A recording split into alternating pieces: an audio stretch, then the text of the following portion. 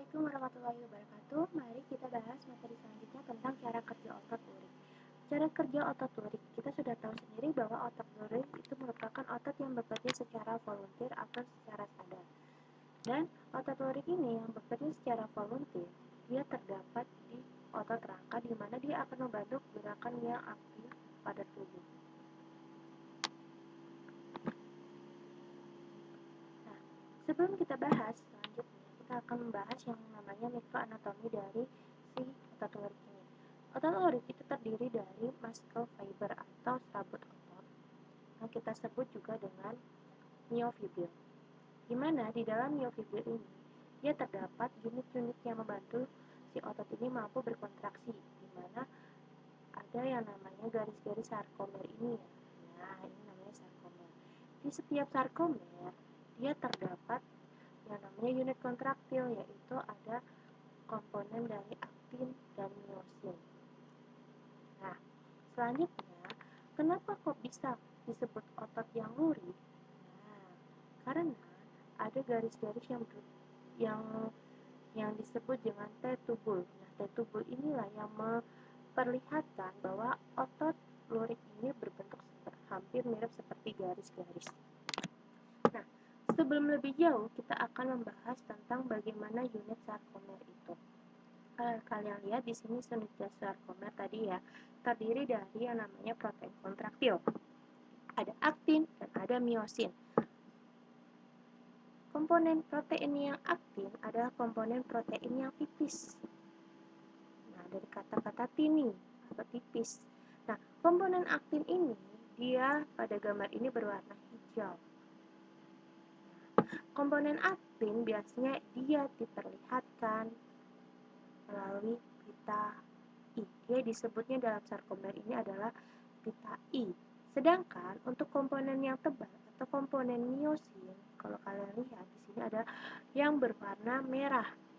Nah, komponen yang merah ini berwarna lebih tebal.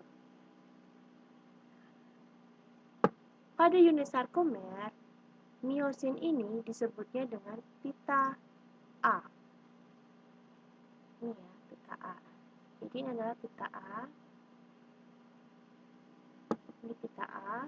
Sedangkan untuk komponen yang hijau ini merupakan pita I.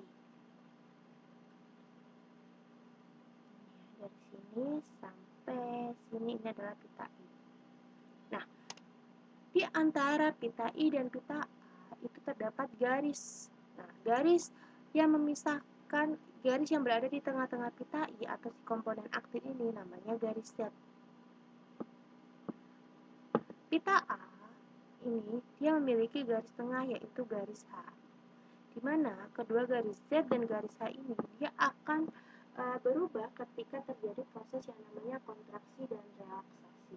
Sebelum kita bahas yang lebih jauh apa itu kontraksi. Kontraksi itu adalah keadaan ketika otot menjadi lebih pendek dari keadaan sebelumnya. Sedangkan keadaan relaksasi adalah keadaan otot ketika dia kembali ke keadaan semula atau dia memanjang. Jadi relaksasi keadaan ototnya itu lebih panjang daripada ketika kontraksi. Karena apa? Karena ketika kontraksi otot itu akan memendek. Nah, kita akan bahas lagi. Kontraksi otot itu terjadi di unit yang namanya sarkomer. Nah, sarkomer itu merupakan garis-garis atau unit-unit kontraktil yang terdapat di myofibril ya. Nah, untuk kita mengingat bahwa tadi ya ada pita I, ada pita A. Untuk pita I, dia merupakan komponen dari miosin. Nah, untuk mengingat-ingat lagi nih, kalian lihat ya. Oh, komponen pita I itu adalah aktin. Bentar, Suci akan hapus.